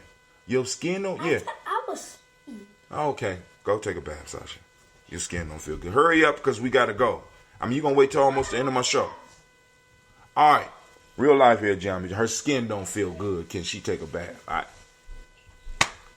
I mean, like, you need permission to take a bath. Come on. All right. But hey, anyway, family. First, giving honor to the creator. Ooh, it's bubbling up. Still can smell. Oh, I smell the change. It's no longer green tea and honey. This is now that ambrosia. Nice and fruity. I don't smell the rice this time. But yeah. Nice bouquet right here. This is, see, I would love to open a spot so people could come in and get the fresh ambrosia, right? Because all the ambrosia is good, don't get me wrong. Even all the way when it gets to the vinegar, you can use it on your food and stuff. All the transitions of the drink is good, but there is something. The young ambrosia is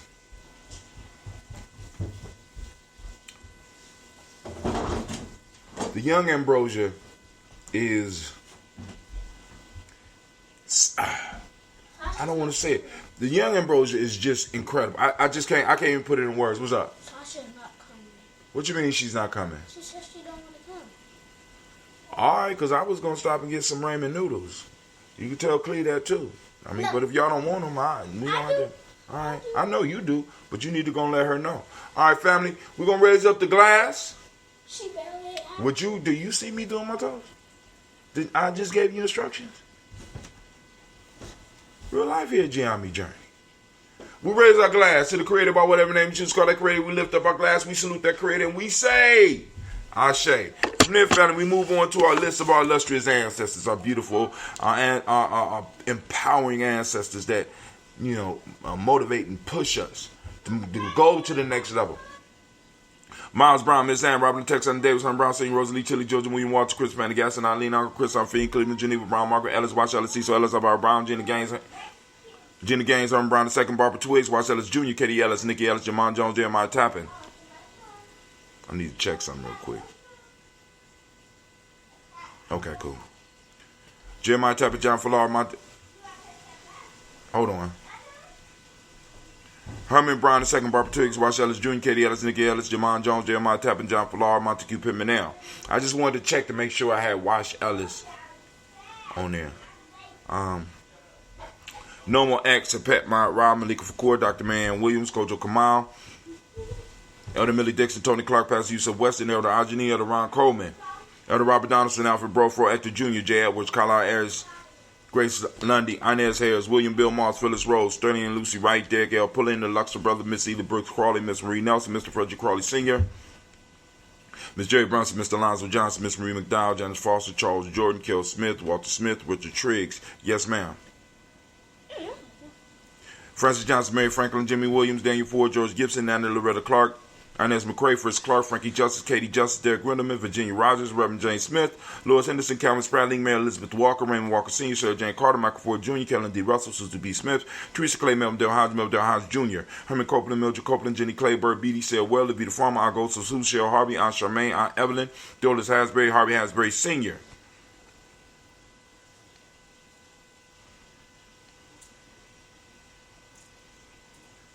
Leonard Dickinson, T.C. Islam, Terrell Dunbar, Will Thomas, Sarah Berry, Mark Walsh, Merle B. Thornton, Pearl G. Thornton, Ida Johnson, Pelosi M. Carter, Joanne Thornton, Erica Tricia Lewis, Juanita Wright, Robert Wright, George Wright, Mary Eliza Frederick Davis, Mary Elizabeth Rogers, May Esther Keachler Reese, Linda Watson Hammonds, Jarrell Giles Watson, Sparrow, Slimmy Southern Lewis, Andrew Holmes, Pearl Moore, Percy Moore Jr., Major Owens, Booker T. Bolden, Charlie Hunt, Sammy Stover, Hilda Pearson, Sturgeon Thornton, Richard Thornton, Lavinia Hall, Freeman Bankster, Mary Moss, Sophia Peacock, Willie Thornton, Napoleon Kennedy, Mark Ramsey, Paul Ramsey, Matt Ramsey, David Ramsey, Charles E. Thornton, Frankie Quells, Urania Thornton, Bernice Quells, Ernestine Jackson, Frankie Johnson, Teresa Mormon, Leon Johnson, Charles Bell, Vivian Ramsey, S.C. Johnson, Dorita Johnson, Leon Johnson, James W. West Sr., James Parham, Danny Jones, Henry World, James Farmer, Mary Chavez, Leon Grace, Bessie Johnson, Henry Sylvester, Mary Moreland, Paul Moreland, Elder Caleb, Rosemary Martineer, Elder Amatet Wellman, Fred Douglas Trigg Sr., Thomas Triggs, Thomas and Lula Berry, Lacey Eleanor Howe, Frank Russell and David, Fred Frank and Russell and Davis, Fred Douglas Triggs II. Fred Douglas, it's Fred Douglas Triggs II. Vena Triggs, Reverend Eddie Moore, Helen Fuller, Eugene Jackson Sr., Richard Ellis, Silas Alexander, Charles Maxwell, Percy Alexander, Arthur Reynolds, Stanley Lockhart, Ricky Lockhart, William Lockhart, Woodrow Lockhart, Brenda Porter, Deacon Hargrove, Carla Sawyer, Andrew Parker, Doris Donald, Alice Murphy, D'Amico Russell, Denny Monares, Gina Ruth Jones, Jana Callahan.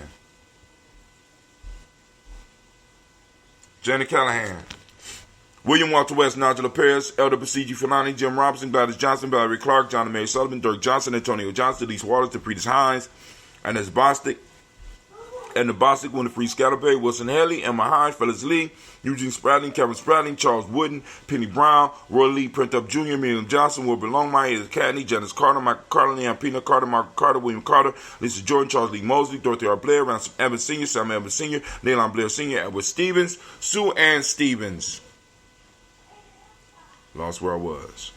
Sue Ann Stevens, Joe Davis, Timothy Butler, Gene Holmes, Dana Jones, Peter Charles, Christy Nichols, Cardinal Robinson, Rosemary Charles, Ada Pearl, Bob Ingalls, Jack Wallace, Warren M. Finch, Warren P. Finch, Tim Ingalls, Audrey Finch, William Billingsley Jr., Jennifer Sensabaugh, Hazel Gasson, Jerry Brantley, Brian Watson Jr., Kaniko Parsons, Jason Kathy Bradford, Thomas Bradley, also known as Uncle Buki, also known as Gypsy, Reverend Roosevelt Word I, Stacy Triche, Frank Smith, Mother Bertha, Michael Leonard, David Brown, Ruth Carter, June Cox, Paula Cox, Ronald Urban, Judy Hubbard, Irene Johnson, Francis Booth Jefferson, Dan Wilkerson Sr., Emma McClendon, Jerry Dorr, Mina Robinson, Mary Nichols, Patricia Williams, Shabaka Teray, Greg G2 Gibson, Donnie Hill, Richard Glebus, Lee Irby, Tommy Irby, Boy Irby, Jim Gaucher, George and Hallie Johnson, Archie and Margaret Armstead, Diane Scott, Erica Armstrong, Claire Fox, Gene Evans, Archie Beck, Anna McGill, Charles McDaniel, Christine Cottrell, Aunt Becca, Alice Arnold, Arthur Arnold, Hattie Reed, Charles Reed, Eula and Andrew Baker, Patricia and Edwin Brooks, Gwilyn and Bob Hatch, Kimball Vernon, Bradley Kim, Janie Harriet McCain, Spencer Sturgis, Sally Mae Baker, Ethel Baker, Creola Baker, Geneva Baker, Aaron Eno Baby Hatch, had Senior Mally Miller,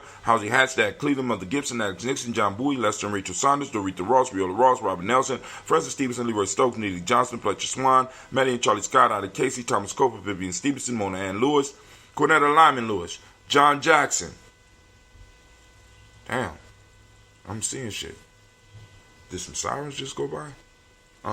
John Jackson, William Dallas Lewis, Mary Francis, Chappelle Jackson, Michael Slade, Joanne Perkins, Richard Jackson, Martha Ford Dawson, Big Mama, Nanny Harris, Eva Ford, James Harrison, Margaret Towns, Mary Williams, Leroy Q. Heath Sr., Albert Moore, Miss Vanilla, Albert Motley, Jodine Elizabeth, Douglas Thompson, Erton Houston, Lil Alls, Elijah Alls, Jerome Alls in West Staten, Joe Jamel Alls, and Pierce, Donald Carter, Lily Green, Nathan Green, Bed Vaughn, John Dewey, Ruth Beer, Tim Butler, Raymond Laura Newton, J.B. Foggy, Thomas Newton Sr., Barbara Naeem, Jeanette Sanders, Jerry C. Sanders, Roy Pruitt, H.J. Brantley Sr., Henry Wilson, there it go again, Henry Wilson, Rufus Jenkins, Minnie Wilson, Catherine Sanders,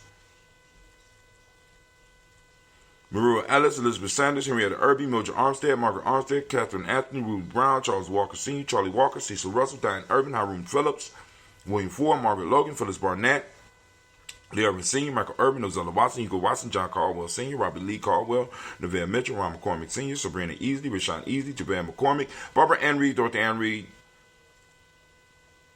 John Reed, Shekel Maha Reed Jr., John Reed Jr., Patricia Reed, Edward R. Benson Sr., Ethel H. McNair, Lois Fernandez, Jacqueline Broaders, Reginald Oliver, Mazarine Coper, George Swan, Emmanuel Grace, Charles Scott, Charles H. Scott, Michael Morgan, Charlene Morgan, Sybil, Edwards McNabb, Annie Ferguson, William Ferguson, Shelby McClendon, and we moved to Joella Giles, James Carswell. We got Liberta Adams, also known as Aunt Sis. We got Elder Shaka McNeil. We got Anthony Brown, Jonathan Ford, Lottie Gaucher, Cousin Tony, Michael Johnson, James Jimmy Johnson, Barbara Shang Lewis, Ronald Shelton Jr., Damian Top, Westina Banks, Joseph Bingham, Quincy, Mama Aunt Lady Abraham Isaac Cundiff, Aunt Barbara Lewis, Renee Johnson, Joy, Ryan Ross Riggins, Jermonte, Marcus Price, Ness Words, Marshawn McCarroll, Demetrius Beard, Herb Jefferson, Ralph Mickens, Eric Walker, Quincy Sample, Candace Simmons, Severin Clayton, Leonard Jones, Sade Garner, Melvin Scott Sr., Elder Clarence Lumpkin, Elizabeth Johnson, Frank Smith, Stacey Trice, Denise Goray, Nathaniel Hassan Turner, Khalid is in transition, Nigel Turner, Demetrius Lewis Flint, Alberta Woods, Geneva Simmons, Daniel Tilley, Angeline Gant, Sharifa, Oscar Kane, Audrey Gripper, Dominique Nichols, Ruthie Lane Johnson, Teresa Sambu, Aunt Maxine, Uncle James, Henry Monger III, Tamara Dowdy, Nicole Harris, Julia Taylor, Richard Bozeman II, Ruth Carter, John Carter, Mr. Thornton, Johanna, Jasandra Lynette Lewis, Henderson Mosley, Charles Jordan, Henry Essex II, Fannie L. Webb, Dan Walton, Al Lauti, Sue Walton, Emma Walton, James Randolph Giles, Sonny Pete Walton, William Walton, Fred Powers, Elijah Juan Hakeem Nkomo, Alberta T. Davis, Charles Davis, Willie R. Mackey, Dr. Creamy Mackey, Victor Bolden, Drusilla Kitty Berger, Lucy White, Robert Lee White, Emma Jean White, Talton, Roger White, R.L. White, Jesse White, Ruby Jewel White, Johnson Carl White, Desi Woods, Talar Woods, Lennox, Jim Woods, Lizzie Woods, Juanita Alexander Brown, Cynthia Ann Wright, Richard Dorsey, Annie Simpson, Jamira Simpson, Regina Hopkins, Joseph Simpson, Nettie Dorsey, and Eleanor Hopkins. We raise up our glass in salute to all of our ancestors. And thank you once again for trusting me, family. We lift up our glass and we say Ashe. From there, we move to the present moment. Family, we are in the present moment. Right now, I want to send a round of applause out to all of the Kuumba babies.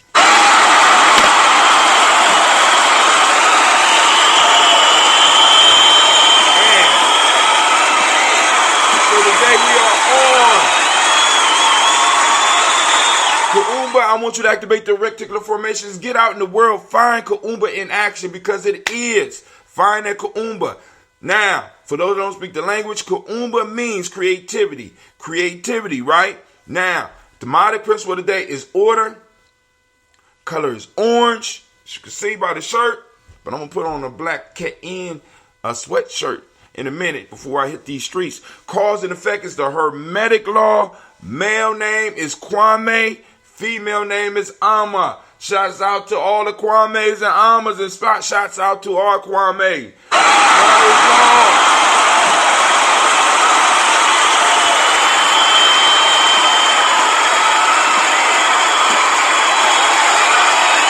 and the girls about to go.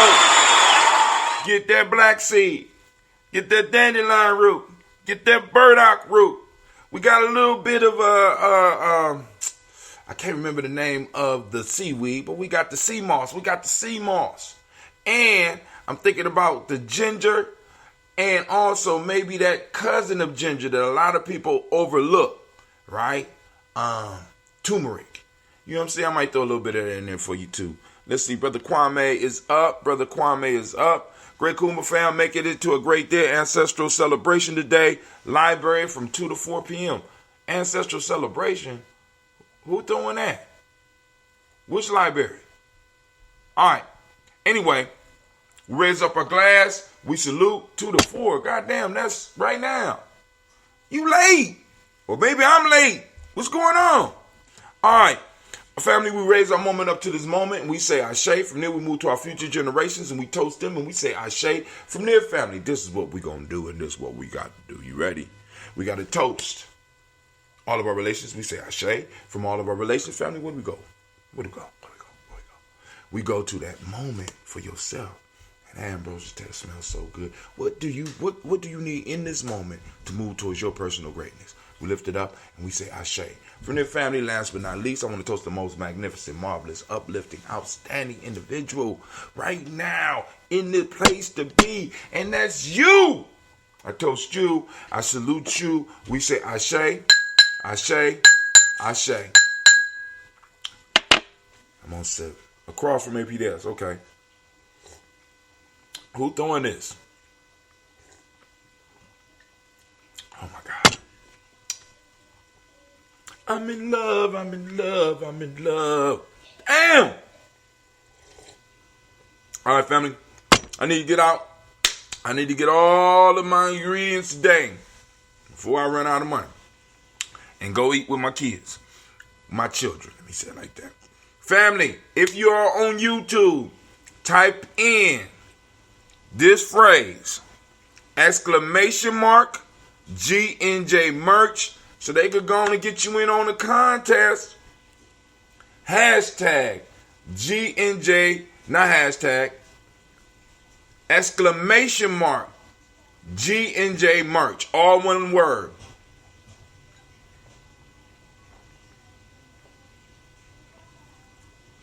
Didn't know about it. All right, family. This is Brother Tim. I'm out.